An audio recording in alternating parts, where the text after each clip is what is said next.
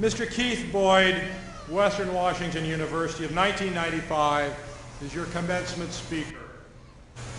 Keith Boyd, President-elect of the Western Alumni Association, taught himself how to program a computer at the age of 11.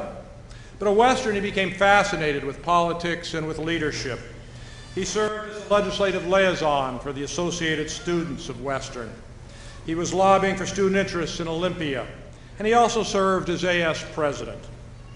Mr. Boyd was also program director of KUGS, of KUGS, when the student-run radio station became only the second station in the world to deliver its signal over the internet. After graduation, he continued to work with the Washington Student Lobby as executive director and helped persuade the state legislature to establish the state's prepaid college tuition program. Today, Mr. Boyd manages a team at Microsoft that creates the documentation for programmers who are writing software applications to work with the next version of Windows operating systems. Please join me in welcoming a distinguished graduate and great friend of Western Washington University, Keith Boyd.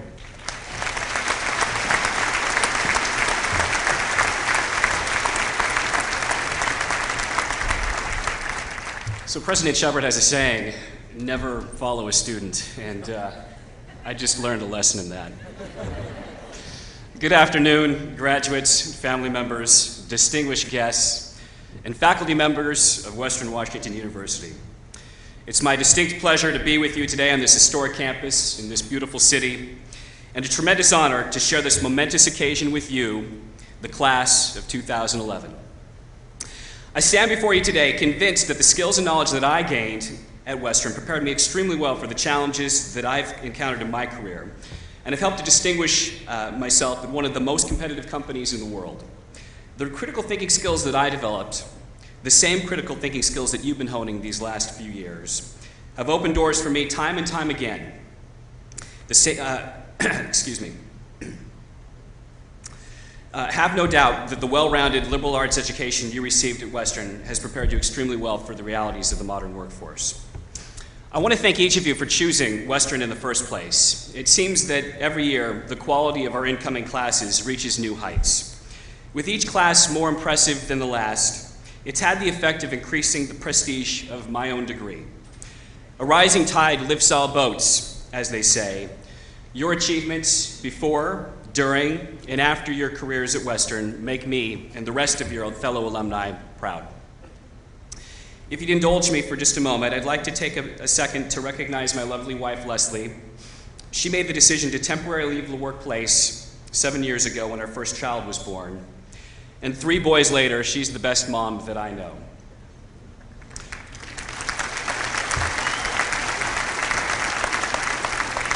Her sacrifice has enabled me to achieve my career and life goals, and has also provided me the necessary support to give back to Western as a member of the Alumni Board. I mention this because I'm proud of her, of course, but also because she, like me, served as president of the Associated Students of Western. You can only imagine how much pressure our kids are going to have when it comes time to choose a college. I know my wife would like nothing more than to contribute to the alumni community and to give back to this university as actively as I have. The honor of speaking with you today is duly shared by both of us. 16 years ago, I sat in one of those seats right down there, waiting anxiously for the procession of talking heads like me to complete their perfunctory speeches, relieved when I finally received a piece of paper indicating that I had, in fact, graduated. It was a great day then, and the intervening years have done little to diminish the significance of the occasion. Since I received my diploma, much in my life has changed. As they say, the only constant is change. 1 diploma, 2 marriages, 3 children, 4 pets, 5 mortgages, 6 employers, 7 automobiles, 8 bosses, 9 physical addresses, God only knows how many email addresses, and 10 years at Microsoft later, it's hard to imagine how much can change in just 16 years. While those changes were significant, they pale in comparison to the events that shaped our world over that same period of time. The impeachment of President Clinton, the disputed election of 2000, the dot-com collapse, the rise of China and India, 9/11, Enron, the Great Recession, the historic election of Barack Obama, the dual wars in Iraq and Afghanistan, Hurricane Katrina, the rise of Google, Amazon, Facebook, and Apple. I'm not bitter about that last one. The tsunamis in Japan and Indonesia, the Arab Spring, the death of Osama bin Laden. There's no doubt that this is a fascinating and exciting time to be alive. As graduates of Western, you'll be entering a world that's changing at a remarkable pace. Each of you has been given all the tools that you'll need to thrive in that world and to effect the next great change, whatever it is and wherever it may be. As proof of that, I'll draw attention to the fact that the woman who just introduced the world to Windows 8 is an amazing Western alumnus and friend of mine by the name of Julie Larson Green. You may not be able to predict the future, but I'm certain that it will be anything but boring. I was blessed as a student to have been given many opportunities to distinguish myself as a leader. First as a student lobbyist, then as president of the Associated Students, as program director and general manager of KUGS, and later as the president and executive director of the Washington Student Lobby. It was external pursuits that really motivated me at that time in my life, and while I respected my professors immensely, I learned even more outside the classroom. The truth is, I did my part, and I got by academically, but unlike my brother, who also graduated from Western, I didn't do it cum laude. This is likely as close as I'll ever come to a valedictory speech. There are many lessons I've learned about leadership, both as a student and as a professional. I'd like to share 3 of those lessons with you today. Each of them has to do with being a principled leader. As I reflect back, I realize that many of the principles that have allowed me to be an effective leader at Microsoft were learned right here at Western, imparted on me by the wonderful and inspiring Viking Union staff, as well as by my professors and colleagues in student government. While the principles I celebrate may not be the same as yours, it's the consistency with which a leader applies their own principles that governs their moral authority to lead and determines how likely they are to be successful. The first principle is definitely the most simple, and most of us know it as the golden rule. Do unto others as you would have them do unto you. As remarkably simple as that is, and as painfully obvious as it should be, it's alarming how frequently this simple rule is ignored in business and in society today. In the era of the 8-second soundbite, the erosion of civil society can be traced directly back to the breakdown of this principle.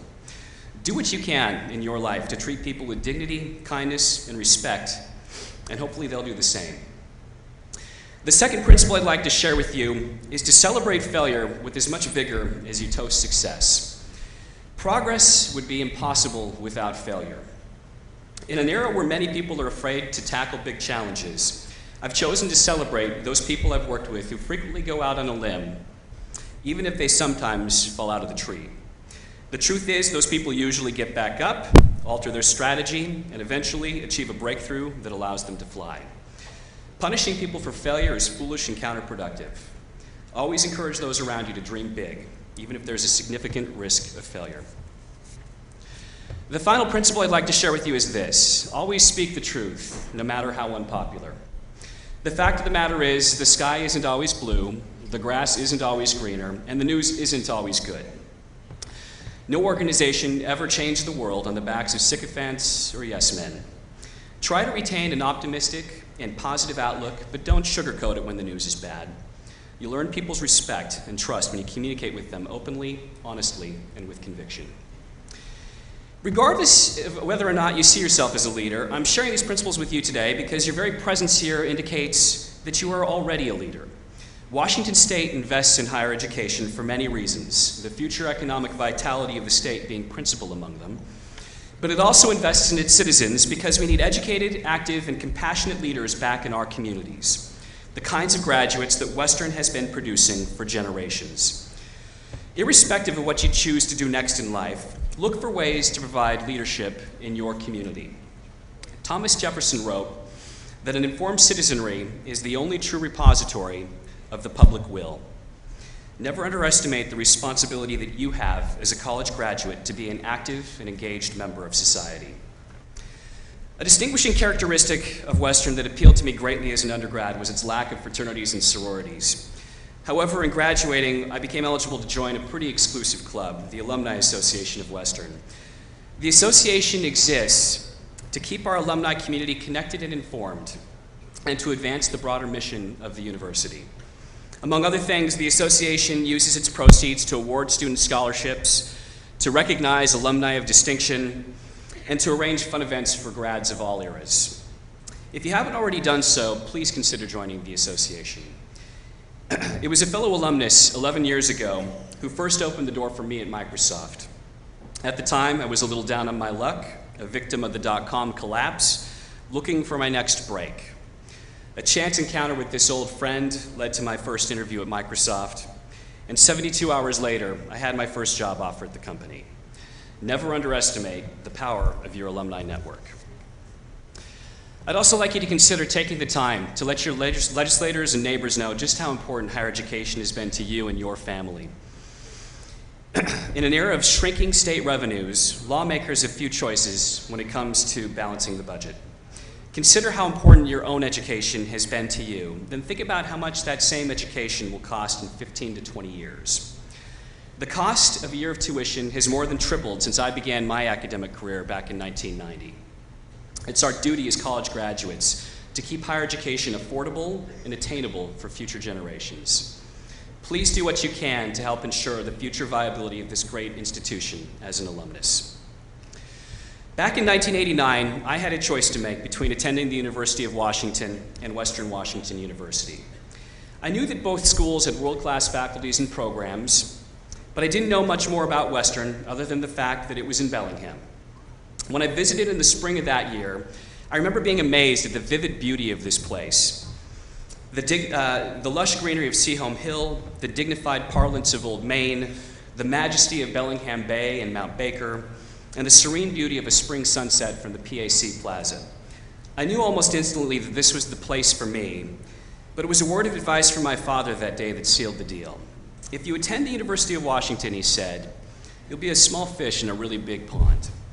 He went on, but if you choose to attend Western, you have a chance of being a big fish in a much smaller pond. I had no idea how right he was at the time, but his words rang true to me then, and they still ring true to me now. As you get ready to leave Western, I have 4 challenges that I'd like each of you to consider as alumni. The first, do what you can to pay it forward and help preserve this great institution for future generations.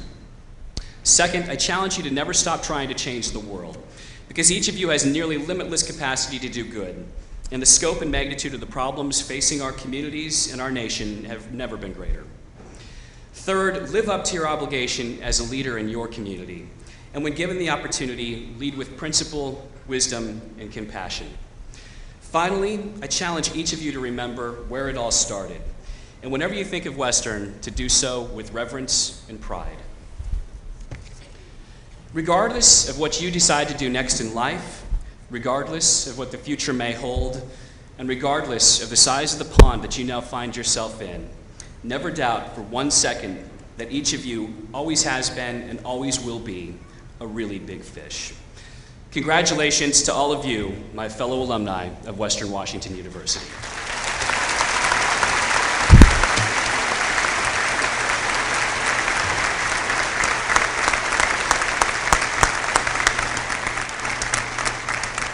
Thank you, Keith.